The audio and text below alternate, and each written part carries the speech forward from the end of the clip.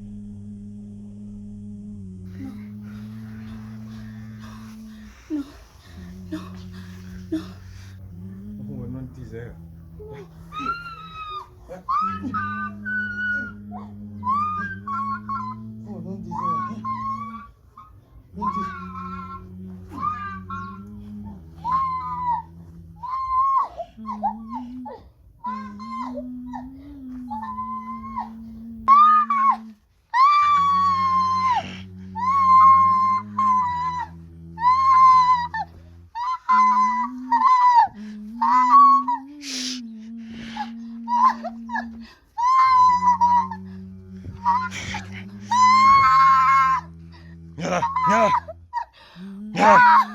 Ayo, nyara.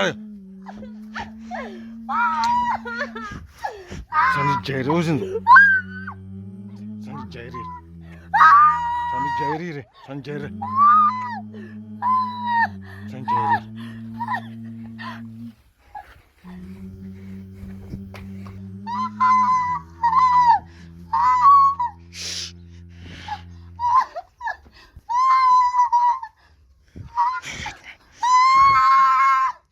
Nyara.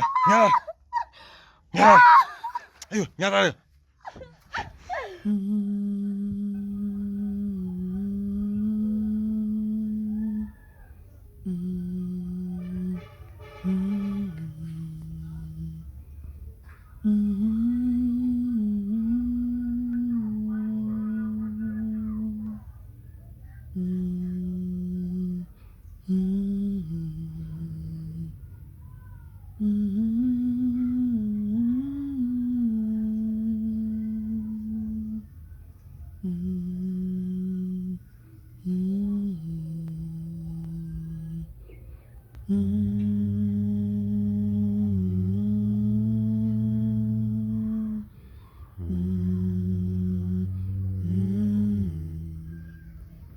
Mama ndikurwa nemurume. Every day anondiruma. Ndisho ndakagarira ipamba pacho. Ukurohwa mazuva ese? Uchimborwairwei? Unenge waita sei? Handizivi mama. Kuti nditi madhimoni oro maramba doro.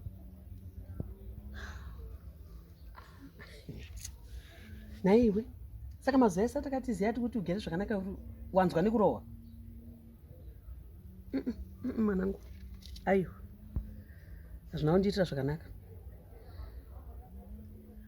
Handiri kuzoya pana panda kukutora wafa wabhokisi. Uri kuzvinzwa? Bheta udzoke kumba. Zvawakasiya zviri kumba, pawairara, zvawaidya, izvozvo unotangira ipapo. Wazvinzwa? Hapana chauri kufira baba panapa. Hauzivi kuti ukaramba uchishingira kurohwa unourayiwa. Ayo, kurohwa hakuite. No.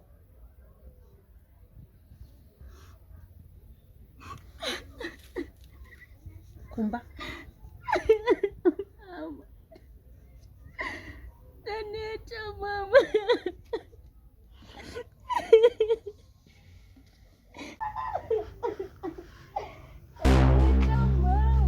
Seke ndonditaura kuna mai vako nai.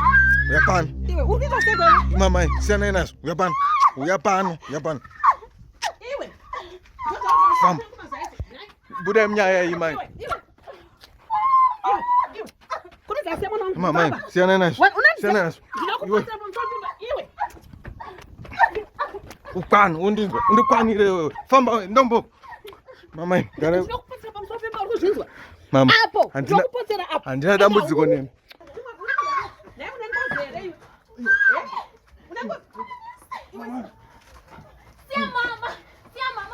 Mama wako.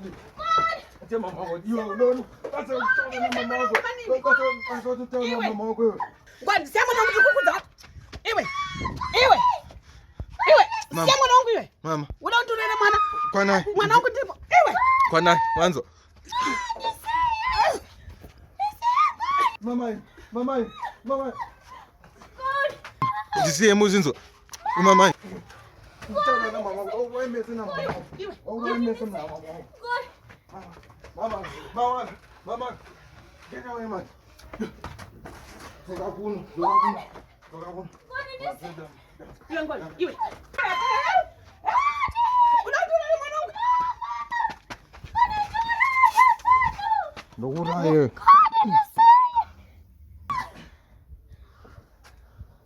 Ndinokupamidza futi.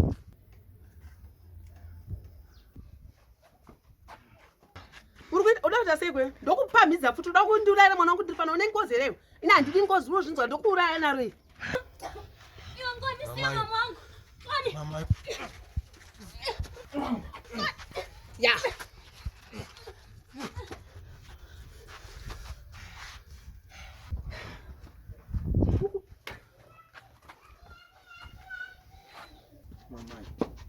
Mama. Uda kuita sekwe yo? Ha? Ndira kupamba futi. Unozvinzwa? Mama. Siyana. Mama. Ndikwanire mundi.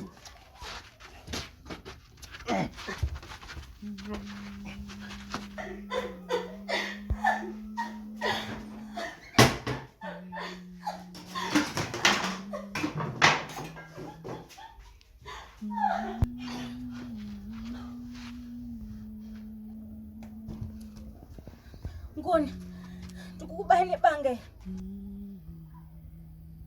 Ndoda sei. Dauda sei. Ndikukubane banga Ngoni. Siya mama.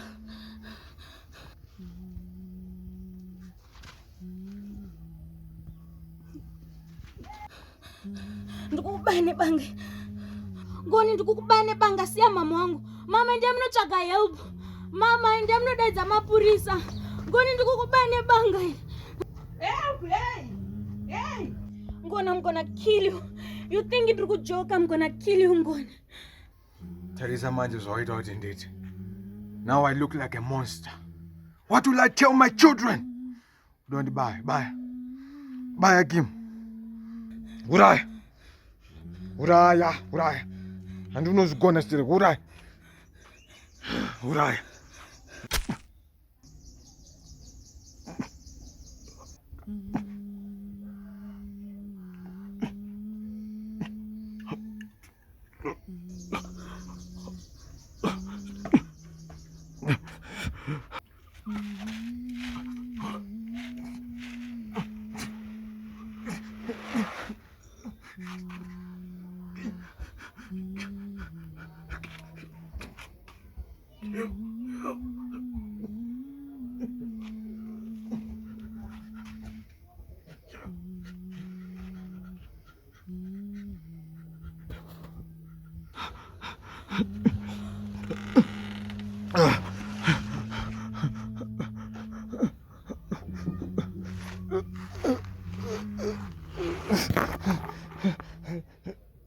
Hello. Physiotherapy, masculinity, and tungakubatsirini.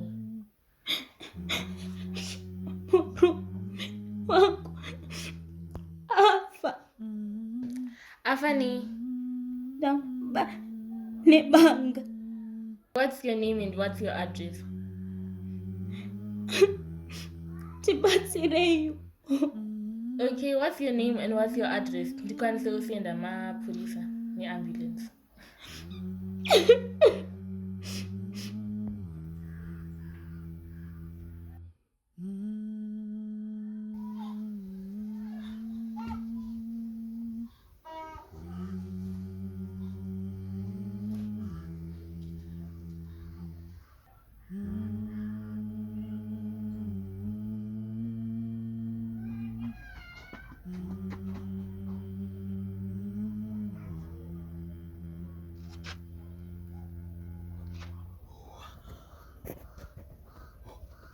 What have you done?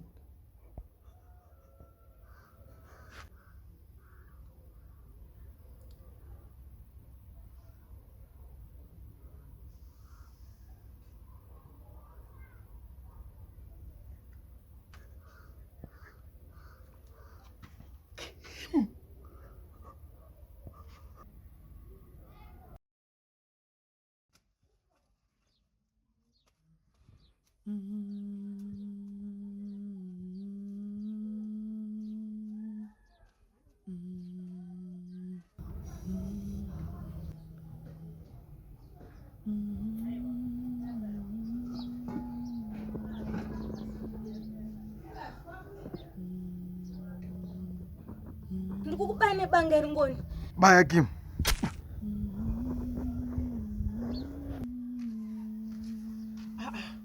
Koma moyo wakwenda kuti? Mama ndikuenda umunda. Unosakura munda upi kwewe minda yese yakapera? Uda unosakura minda ipi kwewe? Wakasakura almost 3/4 of the fields wega. Ezvinezvi hapana kana munda unesora kana 1. Wakasakura ukadzokorora. Saka uda unosakura pai? Mama ndikatomboshanda kuti ndikwanise kuninita, ndikwanise kurara. Mapiritsi andakapiwa asitomboshanda chino. Ndikarara seeing ghosts. Mwanangu, zviri mumusoro mako chete izvozvezvo. Hakuna zvikadaro. Zama, ndiri kukuudza mazuva ese kuti imbozama mwanangu. Try. I'm here, your mother. Wazvinzwa? Okay, you can come and sleep with me in my room. Okay? Mama, I don't think it will work. Well, you don't think it will work, but I know it will. Good. That's my way for me. My girl.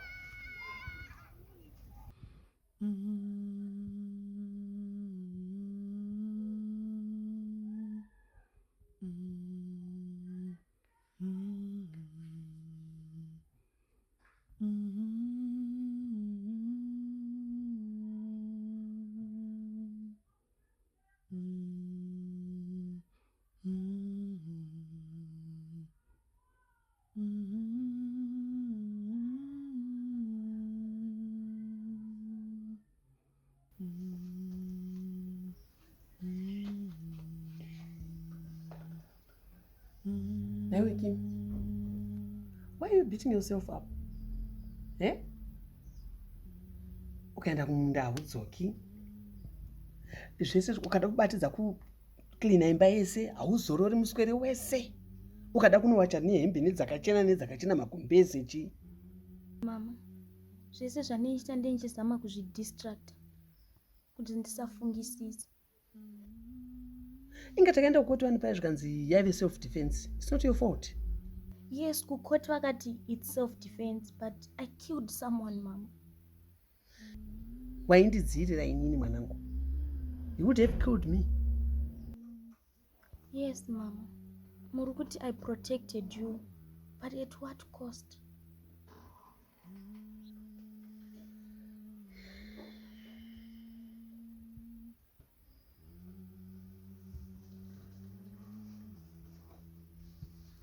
Kim, it was not your fault. You know, one of us could have been killed. Like I said, it was self-defense, mwanangu. You protected me. Of course, you ended up killing him, but he would have killed you or me. Mama, I'm tired of everyone telling me kuti it was self-defense. But ndine bundu moyo mangu mama. I'm also tired, Manangu, of seeing you like this.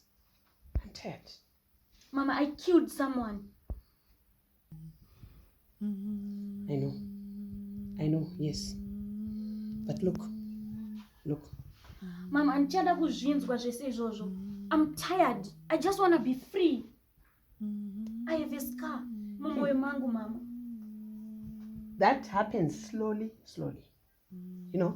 It doesn't No, just Mama, go one day no, like it's No. boom and such. No. No. Kim, listen. No, Mama, ndisiye. Let me I go. am your mom.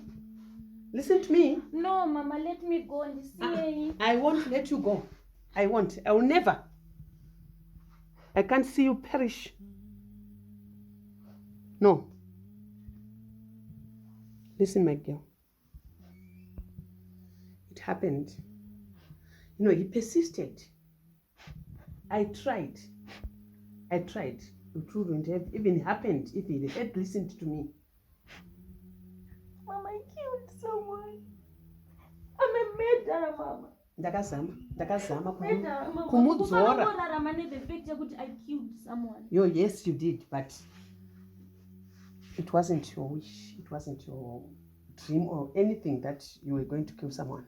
Okay? So, iwewe, padiki manangu. Zvinopera. Wanzwa. Just try.